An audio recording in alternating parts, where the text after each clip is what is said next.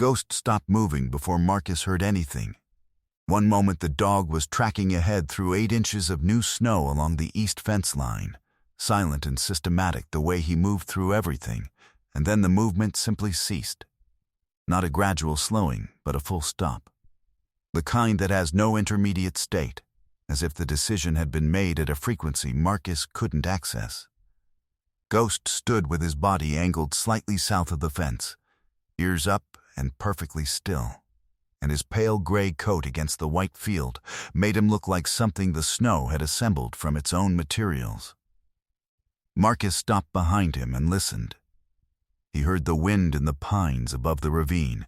He heard the creak of the split-rail fence his father had built in 1987. He heard his own breath. Nothing else. Ghost did not look back at him. He did not bark. He simply took 1 step south, off the fence line, toward the drop in the land where the access road curved out of sight, and looked back once, not a request, an instruction, and waited for Marcus to follow. Before we go any further, tell us where you're watching from in the comments below. If this story moves you, please subscribe and follow it all the way to the end. What Ghost found in that ravine, and what it cost the county to pretend it wasn't there, is something Crestfall, Wyoming will not forget. We read every single comment. Marcus Hale was 43 years old and looked it in the way that suits men who have been made for a specific purpose and spent the years since learning what comes next. 6'1", broad through the chest and shoulders, with the quiet economic movement of someone for whom unnecessary motion had once been a tactical liability and who had never entirely unlearned the lesson. His hair was dark and cut close, silver at the temples since 38. His jaw was carved rather than grown, set in its default expression of patient attention. His eyes were a flat particular green-gray, the color of winter sage after the first frost. A landscape that has stopped waiting for warmth and settled into what it is. He listened and then acted. His father had called this a virtue. The Navy had called it an asset. Marcus thought of it simply as how he was built. He had served with SEAL Team 3 out of Coronado, 2 deployments to Iraq's Anbar province, 1 to Helmand, and a 4th to Kandahar, that ended in spring 2016 when an eye detonated beneath the vehicle ahead of him, and the secondary blast shattered the radius in his right arm and took most of the hearing in his left ear. 4 months at Balboa Naval Medical Center. The arm had been rebuilt with a titanium plate and 14 screws and healed into something that worked nearly as well as before, in all weather except this one, November in Wyoming, when the cold moved into the metal the way cold moves into everything that is not quite alive. He'd been medically retired that fall, Senior Chief Petty Officer, with a Silver Star, and a silence about all of it he'd never particularly tried to break. He'd come back to the ranch 3 days ago. 7 years since he'd lived here, though he'd visited twice, brief, uncomfortable visits in which the land seemed to be asking him something he wasn't ready to answer. The ranch was 48 acres in the hills outside Crestfall.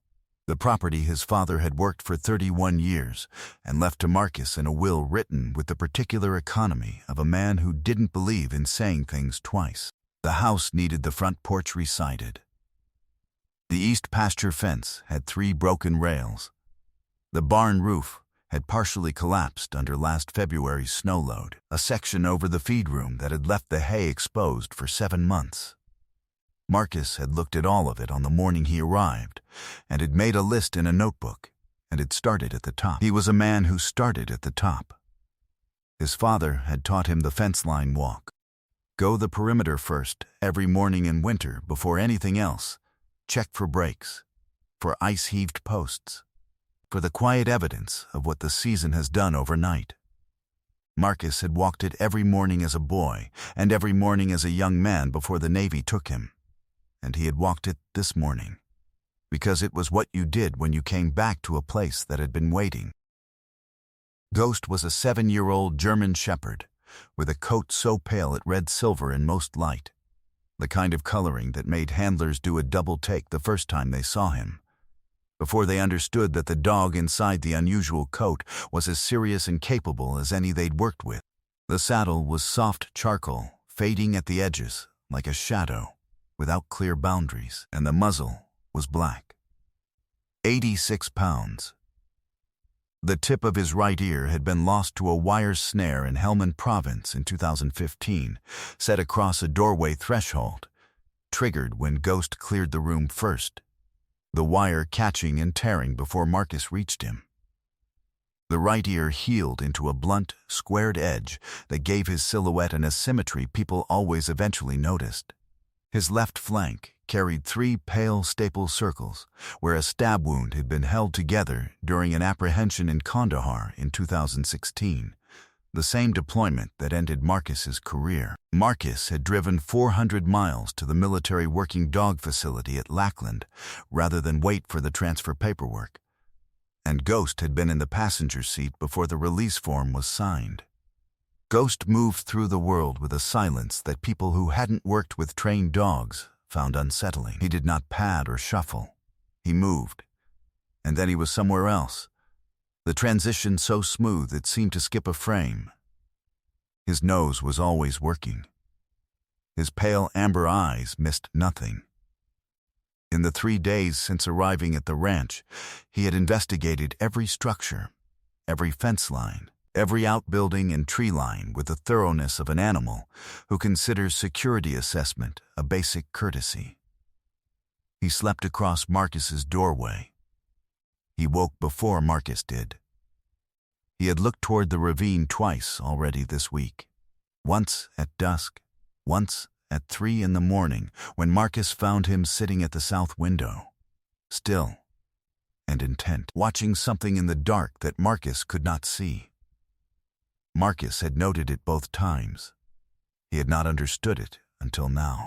The ravine dropped steeply from the access road about 200 yards south of the fence line, a cut in the hillside that ran with snowmelt in spring and sat dry, and pine shadowed the rest of the year. The road above it, the Crestfall Back Road, a single-lane county-maintained track that looped behind the hill and connected 2 neighboring properties before rejoining the highway, was barely visible under its cover of fresh snow.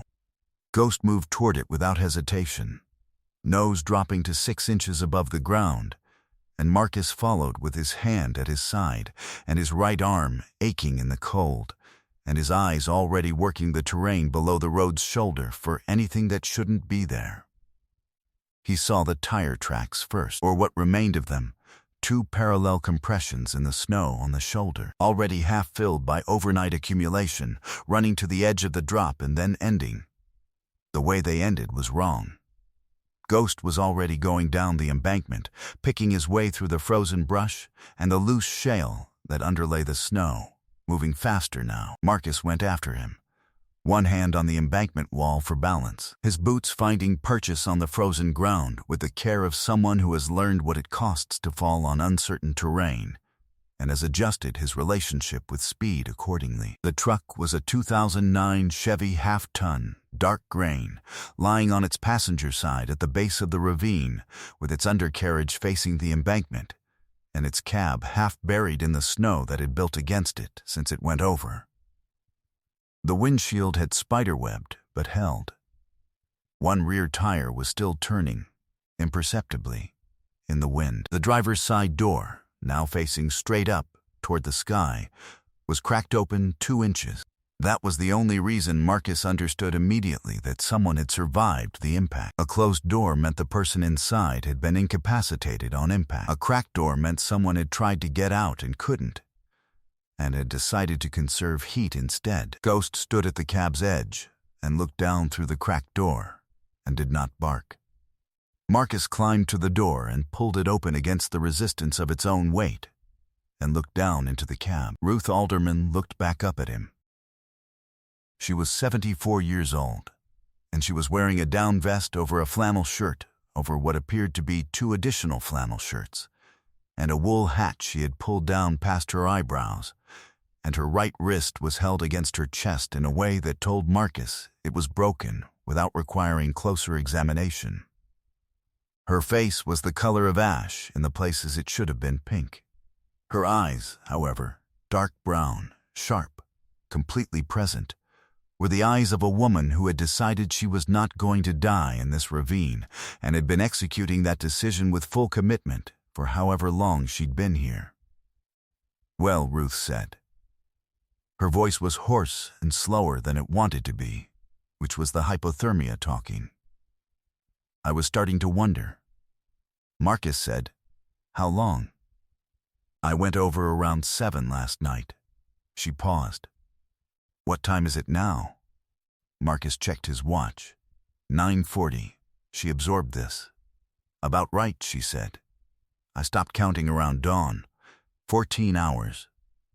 Marcus took that number and set it aside in the part of his mind where it would do the most work later, when the right people were listening. He asked her if she could move her legs. She could. He asked about her head, her neck, her ribs. She had hit the door on the way over, and her left shoulder was tender but functional. The wrist was the worst of it, along with the cold, which had worked through all 3 flannel shirts and the down vest with a patient's cold always brings to a long task. He told her he was going to get her out, and she said that would be appreciated, in a tone that made it clear she had never doubted it. Only the timing. He got his arms under her and lifted her through the door and carried her up the embankment with his right arm screaming at him the entire way. The plate and the screws doing their job, and his teeth doing the rest. Ghost came alongside and stayed close, pressed against Ruth's hanging feet as if positioning himself to catch her if Marcus's grip shifted. At the top of the embankment, Marcus set her down on the road's shoulder and stripped off his outer coat and put it around her shoulders and called 911 with his other hand, giving the GPS coordinates from his phone and the road name and the condition of the patient in the clear, specific language that gets the right response from a dispatcher. Then he crouched beside Ruth and looked at her. Ghost sat directly at her side, with his flank pressed against her thigh and his head raised, ears working. The road was supposed to be closed, Ruth said. She was leaning back against the embankment with her broken wrist in her lap and her eyes on Ghost. There was supposed to be a sign. "Phyllis Denner, she lives up the road from me. She told me 3 weeks back that the county was closing this section for the winter." She paused. "I didn't see a sign." "There wasn't one," Marcus said. He had driven the road himself 2 days ago. He had noticed no closure signage. "That's what I thought." Ruth's voice was finding its old speed again, which was a good sign. "There wasn't one last year either, when they closed the section below the Garner property. I remember thinking at the time that someone was going to get hurt eventually." She looked at him. 14 hours, she said. Not an accusation, just placing the fact in front of him, where it belonged. "Tell me about Roy," Marcus said. She looked at him with sudden attention. Then she looked down at the dog tags she wore on a chain outside her shirt, the only piece of clothing she hadn't added in the cab, because she'd put them on first and built the layers over them. The tags read Alderman Roy D., and the date and the blood type and the service number worn smooth on the edges from years of handling. "How did you know his name?" she said. "Seen a lot of those tags," Marcus said. "Not many women wear them." Ruth closed her hand around the tags and held them. "Korea," she said. "He came home, thank God. 51 years we had." She was quiet for a moment. "I wrote him a note this morning, in case nobody came." She reached into the vest pocket with her good hand and produced a folded gas receipt, worn soft from handling, on the back of which she had written 7 words in pencil, careful and clear in the way of a woman who had spent 40 years teaching children that handwriting was a form of respect. "Roy, I tried. I'll see you soon." She refolded it and put it away. "You won't be needing that," Marcus said. Ruth looked at him for a moment, and then she looked at Ghost, who had not moved. "Is he yours?" she said. "Yes," Marcus said. "He's been in a war," she said. It was not a question. "Yes," she nodded slowly, the way people nod when something confirms something they already knew. She put her free hand on Ghost's back and kept it there. The volunteer fire department arrived in 19 minutes. The EMTs worked around Ghost, who positioned himself at the edge of the response zone with his body angled away from the truck and his attention fixed on Ruth. Watching the work with the steady supervisory attention of an animal who has learned that the best help he can provide in this specific configuration is to stay out of the way and remain close. When they loaded Ruth onto the stretcher, she reached back and touched the top of Ghost's head once, briefly, and Ghost held still for it. Marcus drove behind the ambulance to Crestfall Regional and sat in the waiting room for 2 hours while they warmed her and set her wrist and ran the assessments. A young doctor came out and told him she was hypothermic, but not severely. The wrist was a clean break and would heal well, and that she was asking for her dog tags and her coat and the name of the man who'd found her. Marcus told the doctor to tell her the coat wasn't alone. While he sat, he pulled up the County Road Department's public records on his phone. Maintenance logs, signage inspection reports, closure notifications. He had a particular kind of patience for documents. The same patience he'd brought to mission briefings. The kind that comes from understanding that the information you need is almost always in there if you read carefully enough. He found what he was looking for in 40 minutes. The Crestfall Back Road closure had been logged in the county system on October 9th. The signage installation, a required step, documented as a separate line item in the maintenance protocol, showed a completion date of October 10th. He called the county road office and asked to speak to someone about the back road closure signs on the Crestfall section.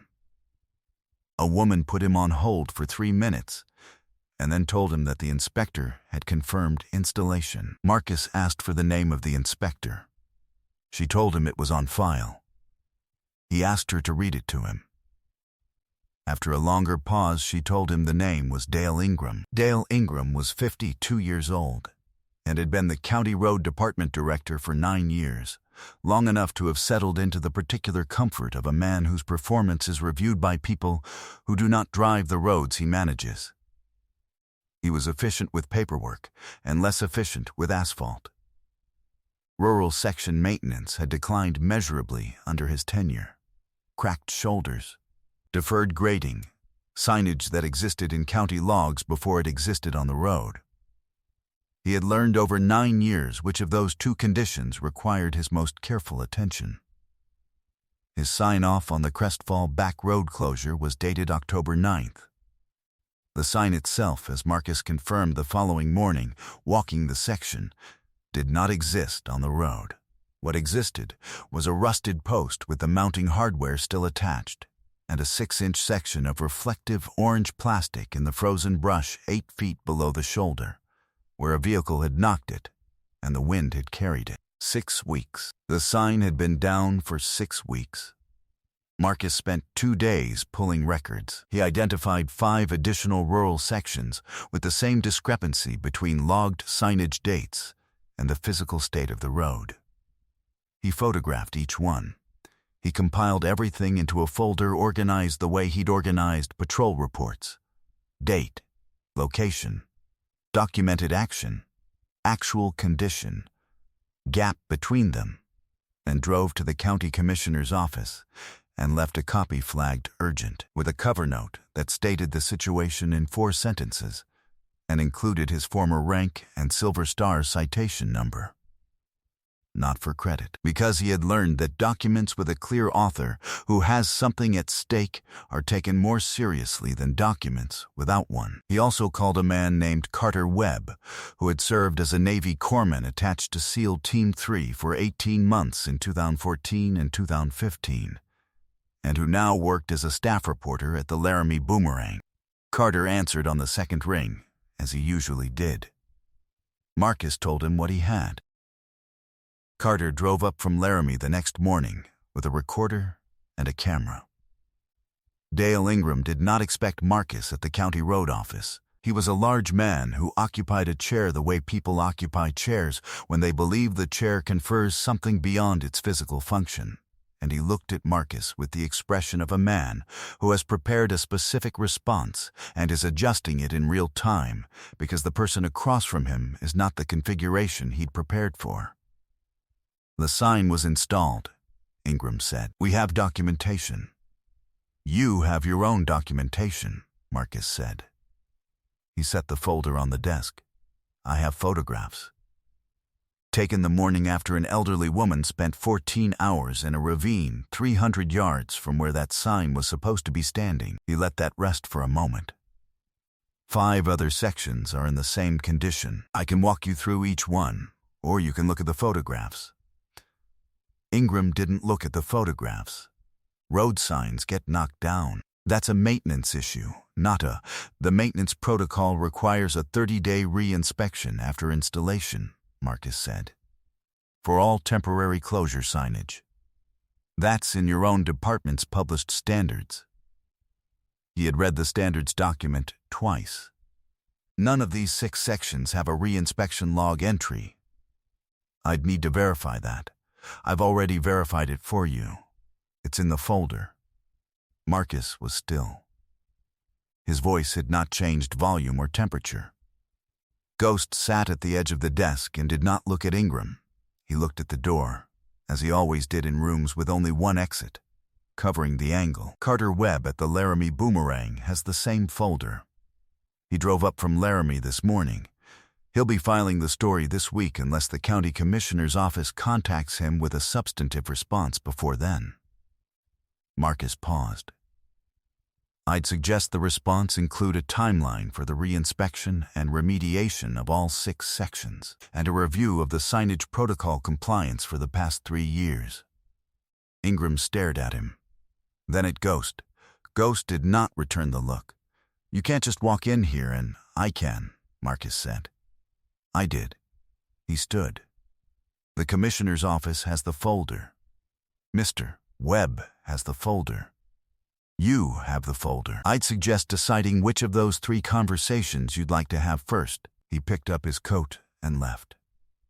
Carter Webb's story ran in the Laramie Boomerang 11 days later under the headline, "Rural Roads, Missing Signs, and One Woman's 14 Hours in a Wyoming Ravine." The county commissioner's office had issued a statement 4 days before publication acknowledging the signage deficiencies and announcing an immediate audit of the road department's compliance records for the preceding 36 months.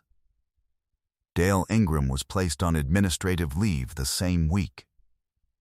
The audit, completed in February, identified 11 sections total with documentation discrepancies. Ingram resigned rather than face the board's formal review. The county re-signed all 11 sections before the spring thaw, with a new policy requiring photographic documentation at installation and re-inspection within 14 days. Ruth Alderman was discharged from Crestfall Regional 4 days later. Her wrist healed cleanly, and she wore the cast 6 weeks and complained about it to Phyllis Denner for every one of them. In January, she received a letter from the county commissioner's office on county letterhead, language reviewed by the county attorney, therefore careful, expressing regret for the circumstances and acknowledging that the missing signage was a failure of the county's maintenance obligations. It was not the apology she deserved. It was the apology the county could give without increasing its legal exposure, and she understood the difference but accepted it anyway, because Ruth Alderman was a practical woman who had learned to take what was offered and keep moving. She drove out to Marcus's ranch the following Saturday, her cast still on, with a pot of venison stew her neighbor had made and a card her 3rd-grade students. She volunteered twice a month at the Crestfall Elementary School, reading groups, had done it for 12 years since retiring, had signed with their names in crayon. The card said "Get well soon" in large, uneven letters and had a drawing of a dog on the front that bore no resemblance to Ghost, but that Ghost sniffed with grave seriousness when Ruth held it down to him, as if he understood his role in the image. Marcus ate the stew standing at the kitchen counter because the table was still covered in the road maintenance documents he hadn't yet filed. And Ruth sat in his father's chair by the window and looked at the east pasture where the fence Marcus had finished re-railing the previous week ran straight and clean in the snow. And neither of them talked much, which was fine. Some conversations are held in the quiet between people who have each looked at hard things and decided to remain. The barn roof was half done. The porch needed 3 more days of work.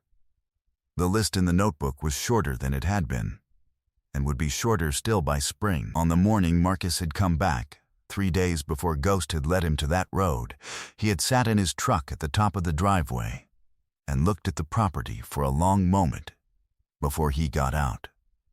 The house with its porch, the old barn, the fence line running east, the pines above the ravine where the access road curved out of sight. He had not been sure, sitting there, that this was a place he was still capable of being. He knew better now. He had been capable of it all along. He just needed something to do. Ghost lay across the threshold of the front door, as he had every night since they'd arrived, watching the approach road with his pale eyes. The county signs went up in March. Marcus drove past each one on the day they were installed. Sometimes the most important road is the one nobody thought to check on. Sometimes the sign that should have been there simply isn't, and the gap between what the paperwork says and what the road actually looks like is 14 hours, and a dark ravine, and a woman alone with her husband's dog tags pressed against her chest in the dark. God does not always send people to the place where the crisis happens. Sometimes he sends them home, back to the land, back to the fence line, back to the walk their father taught them before they knew why it mattered, and lets the right dog lead them the rest of the way. Look at what is in front of you. Walk the fence line. Follow the dog when it stops. If Ruth's story stayed with you, share it with someone who needs a reminder that one person paying attention can change what happens to everyone on that road. Leave a comment and tell us where you're watching from, and if you've ever come home to something you didn't know you were needed for, we want to hear about it. Your story might be exactly what someone else needs tonight. If you believe in stories of service, homecoming, and the kind of loyalty that finds you in a blizzard before you know you're looking, please subscribe to the channel so you never miss the next one. May God bless you, protect your family, and bring you safely home to whatever road is waiting.